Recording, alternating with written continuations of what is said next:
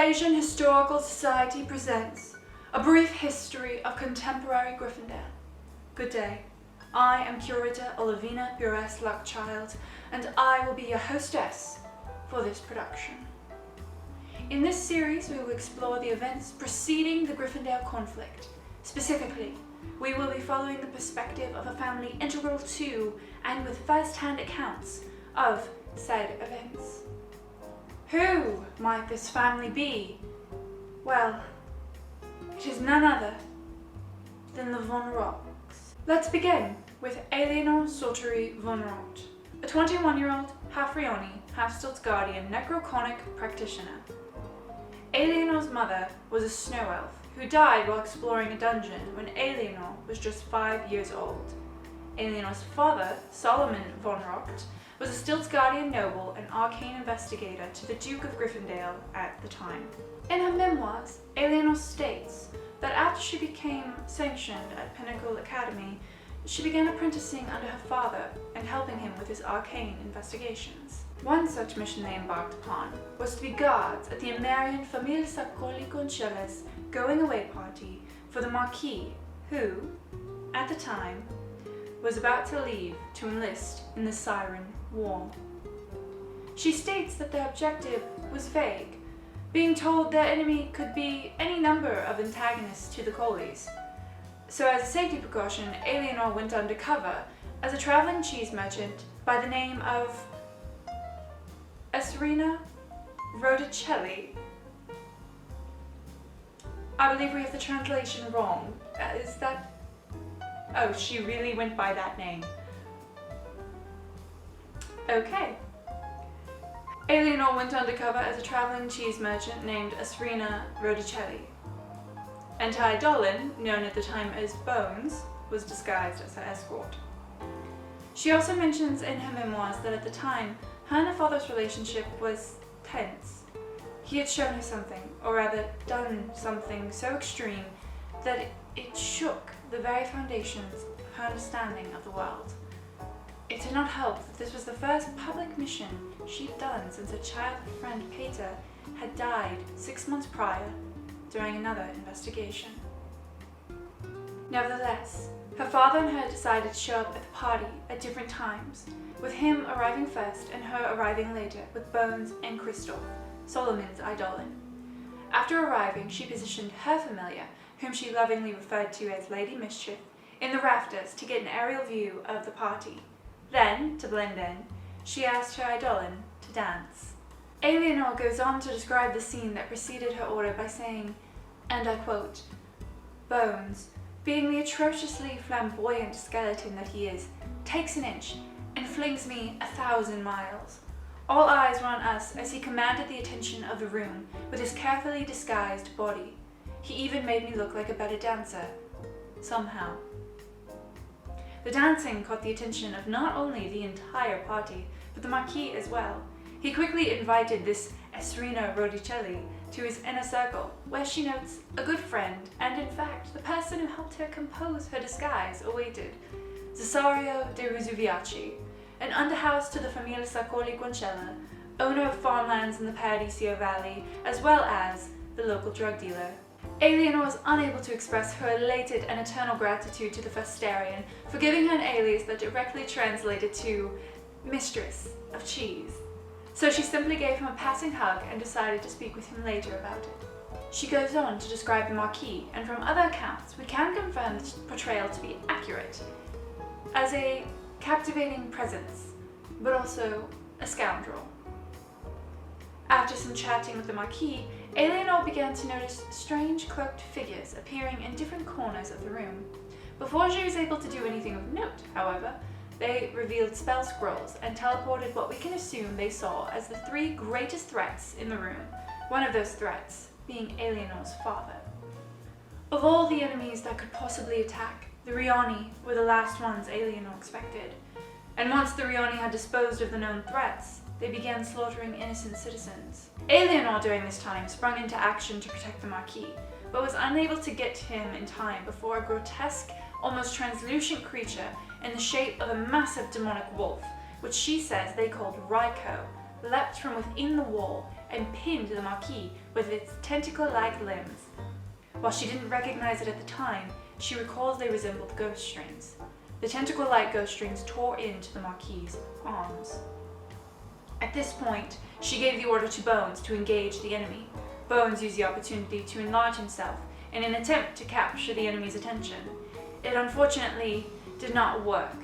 Aeleanor left Rico to Bones and began to take on some of the Rioni assassins from a distance in order to protect the innocent civilians being torn apart. It was about this time in the fight, Aeleanor recalls, she realized that the Marquis and her were not the only ones fighting, as Enrique, the head whisperer Silenzi's apprentice, appeared from the shadows not far from where his master disappeared and began also taking on Rioni assassins. While Aeleanor and Enrique were focused on mitigating the amount of casualties, Marquine was putting up a valiant effort to fight off Rico, and Bones was attempting to cut the ghost strings tightly coiled around Marquine's arms. What Bones didn't realize, however, was that his sword was no match for the toughness of ghost strings, and with every attempted cut, the coils only tightened around Marquine's arms more, ultimately rending his flesh. Meanwhile, Cesario fled the party directly. Recounting in later tales, he states he was much too high for that encounter to end in anything but his death. During that time, Aeleanor was able to take out 2 of the assassins and position herself between a Rioni that had begun attacking Marquine's daughter, Minari, giving her enough time to crawl away before falling unconscious from blood loss. With Bones unable to sever the ghost strings and Marquine's arm being completely shredded, Aeleanor recognized it would only be a matter of time before the Marquis died. She charged up her most powerful spell, swirling it with winter energy, and blasted it at the creature. It was enough. As the creature dissipated into thousands of screaming voices, the Rioni remaining, including the dead ones, disappeared in an instant.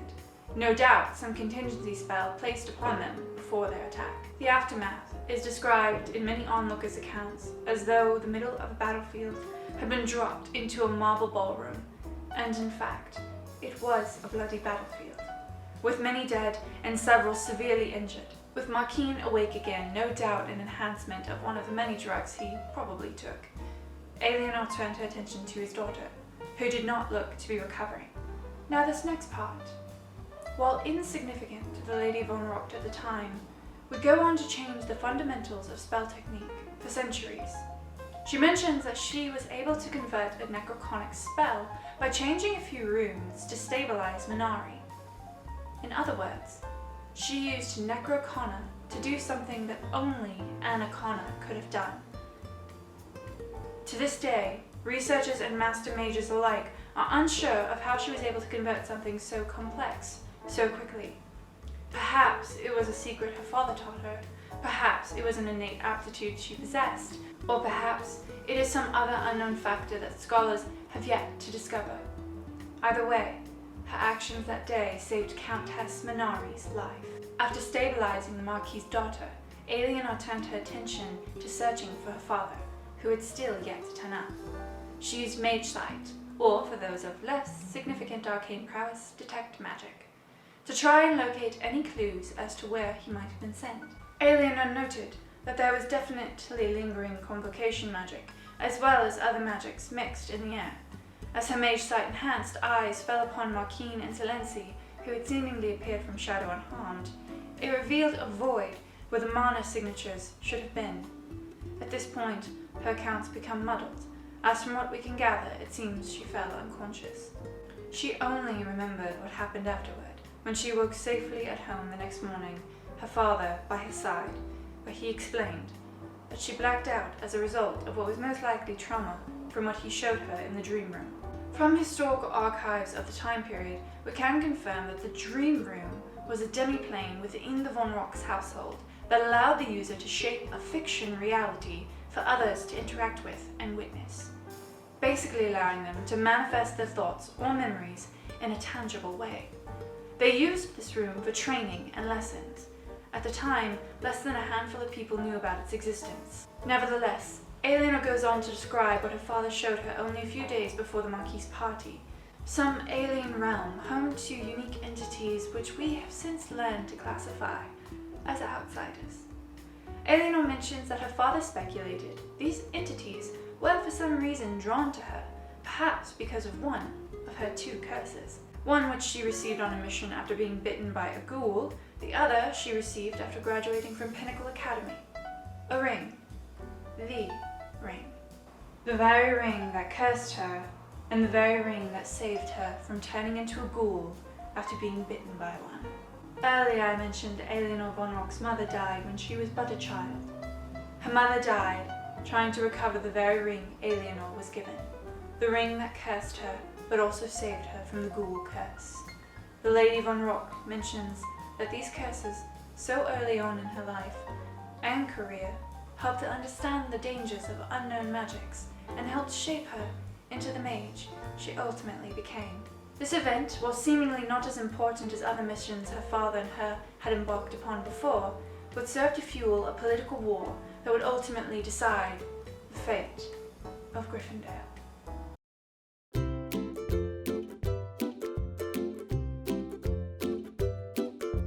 Aeleanor's mother was 5 years old. She began apprenticing with her father in his arcane event. Nevertheless, her father and her decided to show up at the Marquis's party at Sydney.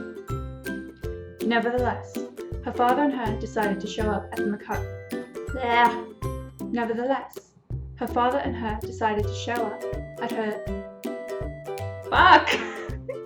Why can't I get this right? Nevertheless, her father and her decided to show up at the Macas? What the hell? It's getting hot in here. Nevertheless. And of course, we have an asshole delivering some goods very loudly, so we are just going to wait a moment for him.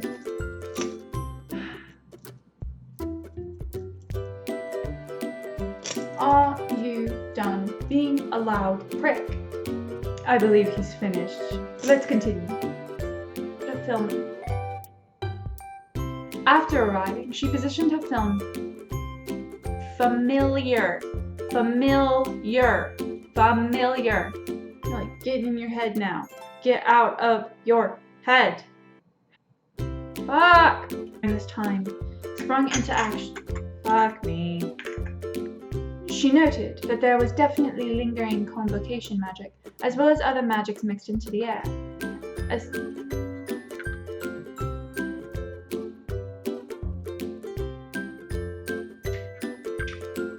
Was that really necessary?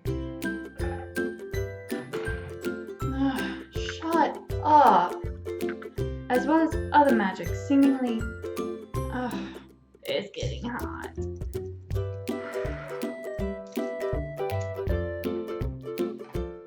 Okay, I absolutely had to get out of that outfit. It was really hot. But I wanted to show you guys something. I know I don't have the microphone on, so my audio quality might not be the best. But I wanted to show you guys this map. So this is Scarlasia, all the way down to the neutral zone. There is more stuff further south, mainly Riani homeland.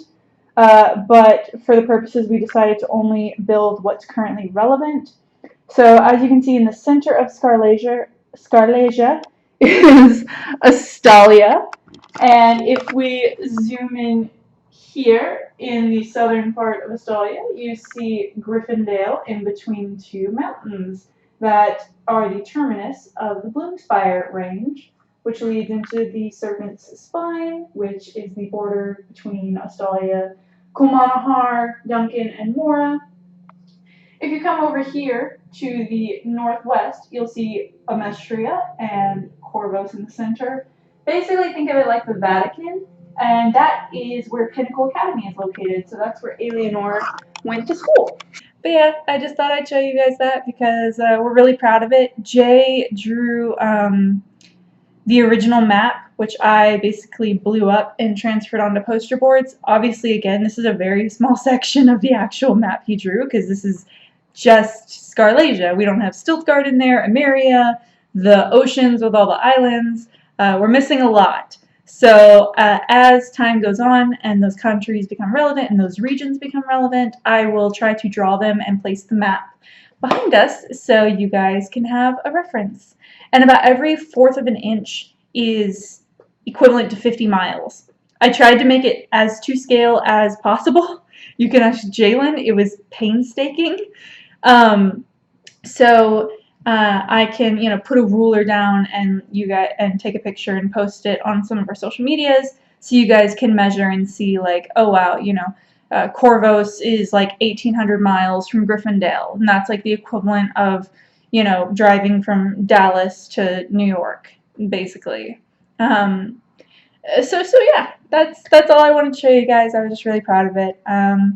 We will be back again very soon with our first official episode of Griffondale, and we've decided that we will not be live streaming. We just don't have the proper equipment yet, and we're still very much learning how to take care of all these things. Since we are a three-person team, most people who live stream large productions like that, they have someone constantly working their audio, constantly checking on their video, and with just the three of us, it's just not possible. So what we're going to do is we're just going to film ahead of time and then edit all the videos like we have been doing so far. That should not change our release schedule. We're still planning on doing like a bi-weekly release schedule for videos, but we will let you know if any of that changes or if any of the videos get delayed for any reason. Again, we are 3 people, so it's really hard to put out content like this without any professional help. But we appreciate your support, and we'll see you all again for the first episode of Griffondale. Bye!